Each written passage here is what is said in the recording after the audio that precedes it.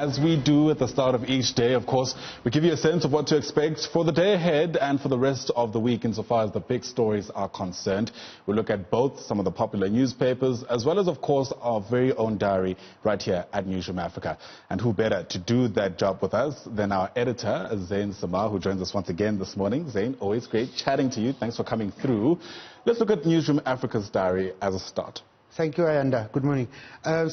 Today we'll continue bringing you obviously the State Capture Commission, which this week has seen testimony of witnesses or people employed formally by SAA. And again today that kind of testimony will continue. So I think the Commission is drilling down into what happened exactly at places like SAA. So we'll continue to update you on our State Capture coverage.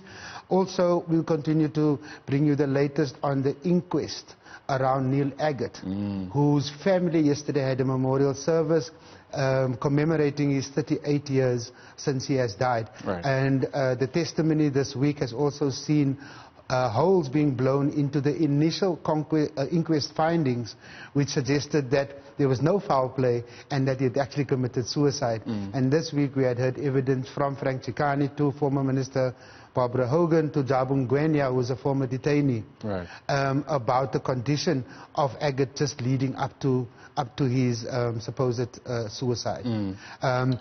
Yeah, today is quite interesting because obviously we finally get to hone in on the existing evidence, if I can call it that, and that comes in the form of looking at some of the wounds that Dr. Neil Agate's body had just before he has died, because we have a pathologist coming in. Yes. So what is interesting for me about this story, right, and the timing of the story, it happened on the same day as Lily Mine, which we covered quite extensively on this channel yesterday, right? And what for me, when I watched it last night, came to mind was how the news have actually spanned a period of over 50, 60 years. We were looking at a situation that happened in 1982 through Neil Agate and the inquest. And yet fast forward 25 years into democracy, we are looking at Lily Mine, which came off the back of the Marikana tragedy and all of those things, and the conditions of miners. So it just made me think about how much things have changed and how much things more have actually stayed the same. Exactly, I was about to say, it's also a big revelation of how much, you know, there continues to be people on the margins. There continues to be, you know, people who, it appears, suffer injustices just at the hands of different administrations. Administrations, absolutely. Definitely worth keeping a close eye on. What else are we looking at? Okay, so today on the Business Day, Ayanda, we're looking at the front page of the Business Day, which talks about Ramaphosa in favor of COSATU's Eskom plan. Now, you know, COSATU has come forward with a plan which suggests that we must use over R250 billion from PIC funds to now bail out.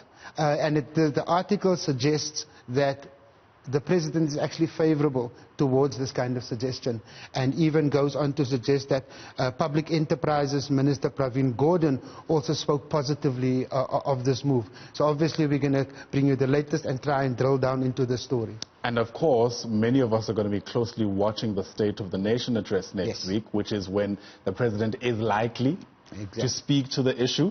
There are never any confirmed facts about how things unfold in the country. But, you know, I think we'll be particularly watching out for that. Important point that you mentioned, because I do think that these plans are coming in the context of the upcoming SONA. And I think COSATU is making a play now already that the president include their plan in his SONA speech. Oh, well, don't you worry. We'll take you live to that SONA as it begins. No doubt, right here in Newzroom Africa. The Citizen this morning reflecting on another contentious issue that is likely also to be spoken about at the State of the Nation address next week. The words they use is lose your land, pay your bond. And of course, it's speaking to the ongoing process to introduce the expropriation of land without compensation. The angle that they're focusing on today is, as far as the banks are concerned, if land expropriation without compensation were to continue, you would still have to pay your bond, which is unthinkable. You know, there's already a myriad of issues that are likely to really stoke turbulence, for lack of a better word. And this is certainly one of them. You know, I can't imagine anybody agreeing to the prospect of being removed from property but still being expected to pay for it. So obviously nobody expected all the legislation to be in place, especially not at the initial phase of the discussions.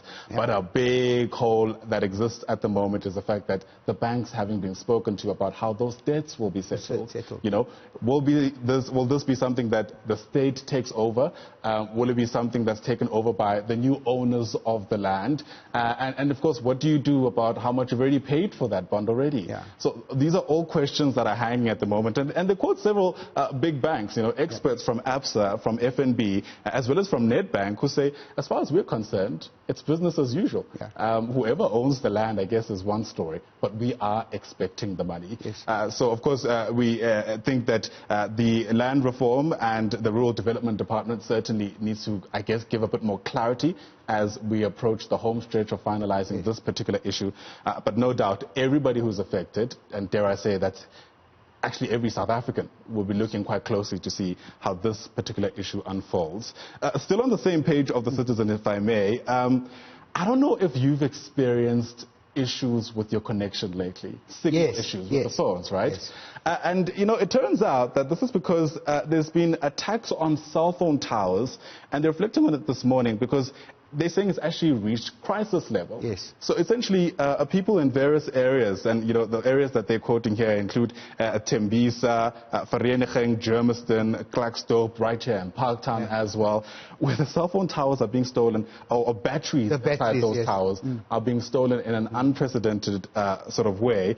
And that's because these can be used for multiple purposes, right? Running household appliances, apparently, charging electrical appliances as well. And the lead is sometimes stripped from the batteries and sold as scrap metal to dealers. Yes.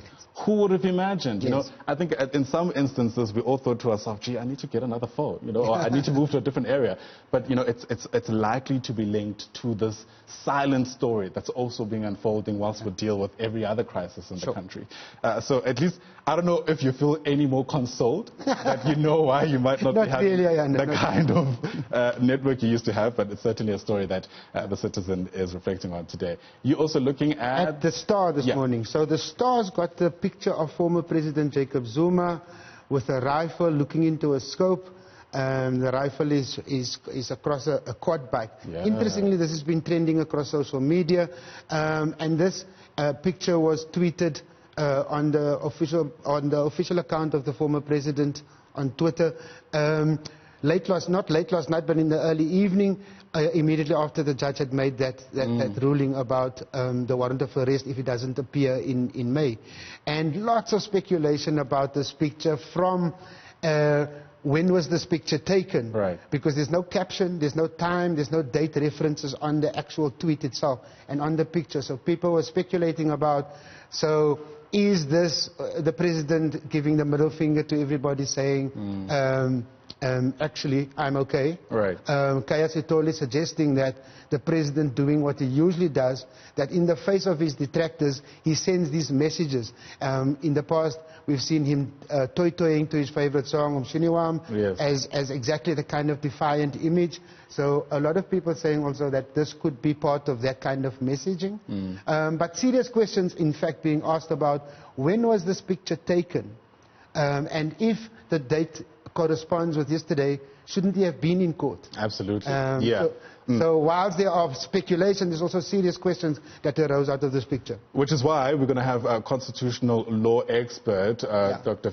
Pierre de Vos, in conversation with us on the show today to ask those types of questions, right? Because there's also been looming uncertainty about whether or not the former president is being targeted with the warrant of arrest being issued. But this is all ingrained in, you know, the law as far as we know it. And there's actually been a precedent that's given us the kind of insight onto how to deal with these kind of issues when an accused simply does not show up for various reasons. So stay tuned for that conversation coming up on the show as well. If I can just go back to the Business Day, on their page 3 they have this investigative journalists joint protector case. Now this is the case where between the public protector and President Cyril Ramaphosa. Right? So Amabungani, the investigative journalism outfit, joined this court process yesterday, basically at the High Court in Pretoria, opposing President Cyril Ramaphosa's bid to prevent the release of the CR funding records. They're basically arguing that the Executive Code of Ethics is unconstitutional and invalid, and that the public and the media should have access to all politicians' sponsorships and funding. Quite an important development in this story, I think. No doubt about that. Certainly one of the big stories as well. The Sowetan, very quickly, they're reflecting on I guess, quite a disturbing story at the very least. It's about a bogus rehab center. Yes.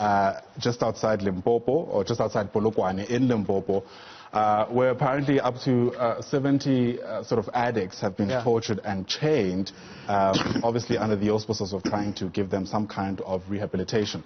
And they essentially detail how this has been ongoing for years. Interestingly enough, it's being operated inside a church. And so, of course, a whole lot of other questions emerge about that as well.